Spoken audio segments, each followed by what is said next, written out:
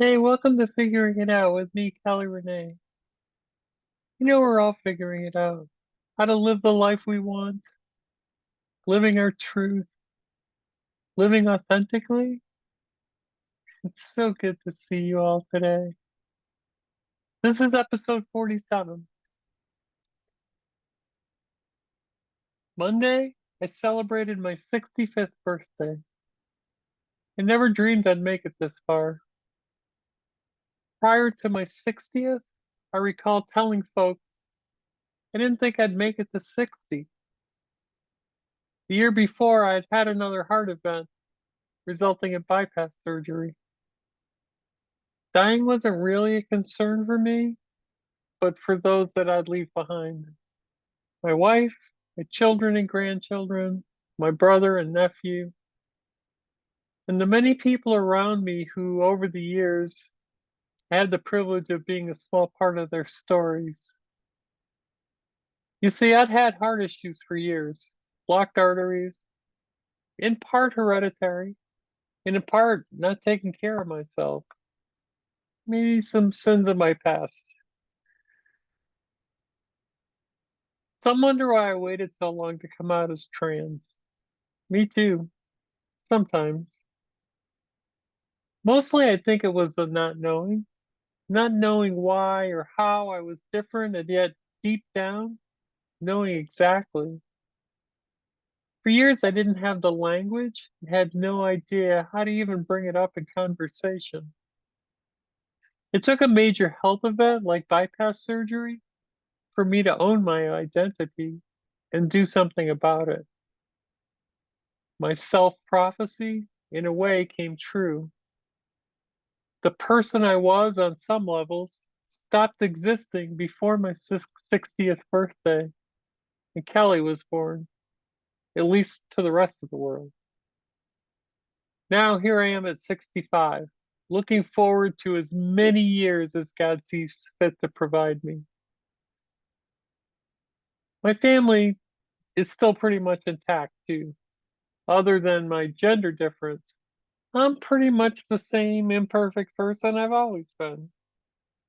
The difference today is I don't have to spend any time hiding. I'm still learning and hopefully growing. We all have so much to live for. For many of us, there's a sense of shared humanity, right? Now, the divisiveness we see in parts of society today feels pretty rampant, and it's painful to watch and experience, yet I believe there's hope as we stay the course. Last week, we talked about connection, and I'd like to expand on that a bit and add the nuance of family. During the holidays, especially, our connection to family comes up in so many ways for all of us. And lately, I've been talking to a lot of folks who are struggling with family. In the LGBTQ plus community, understanding and celebrating our chosen family becomes a priority for us because these are the people that make life worthwhile for us. Our chosen family are the ones we go to when we need support and camaraderie because in too many cases, our blood family either doesn't get it or they're stuck in moral judgment that condemns who we are and or the lifestyles we live. They just don't understand that we, in most cases, didn't choose how we are. It's a never-ending cycle of them identifying a problem as they see it and their poor attempts to dissuade us from the errors of our ways, right? Hmm. The bottom line is we're faced with broken relationship and made to feel like it's our fault, casting shame and doubt in the sense that we're somehow broken. It's painful, even gut-wrenching. We in the LGBTQ plus community are not the only ones who are faced with this kind of vitriol. I was talking to a man recently on his way to his grandson's second birthday party. I was genuinely excited for him. And yet his reaction, what he was feeling, was quite subdued. The reason? Family. He commented that family get-togethers were commonly a challenge, and as much as he hoped for the best, he was mentally prepared for what was typically a tenuous encounter. I get it, and I suspect many of you do too. And we want to hope for the best, and yet we know in our bones how this is likely going to turn out. I know, it sucks. I feel you. I'm not going to launch into all the ways to fix or avoid these situations. Chances are you already know all those already. I am willing to acknowledge the discomfort and sit with you in it, though. It's painful. The pain doesn't feel good.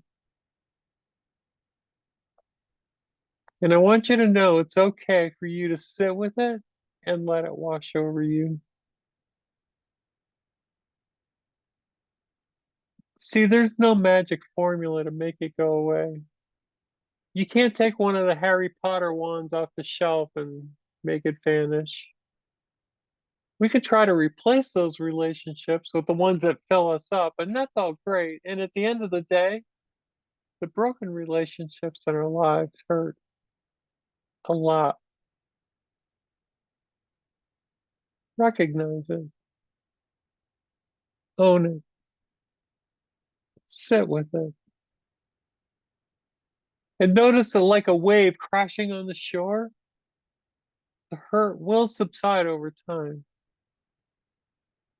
The scars won't necessarily go away.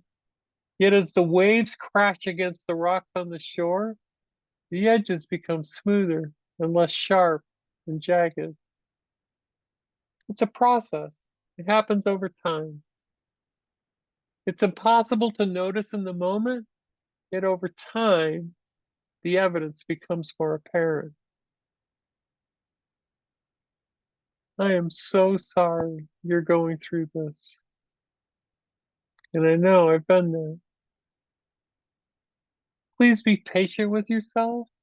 And if you need to talk to someone, do so. You are not alone. I'm going to add some resources. And if you need or want help, keep them handy. Print them out if you like. My hope is a time will come where we all feel loved and cherished and honored for who we are. In the meantime, know that I'm thinking about you. You are valued. You are loved. You are oh so precious. And remember, life's too short. Be kind. Do good. Let's talk soon.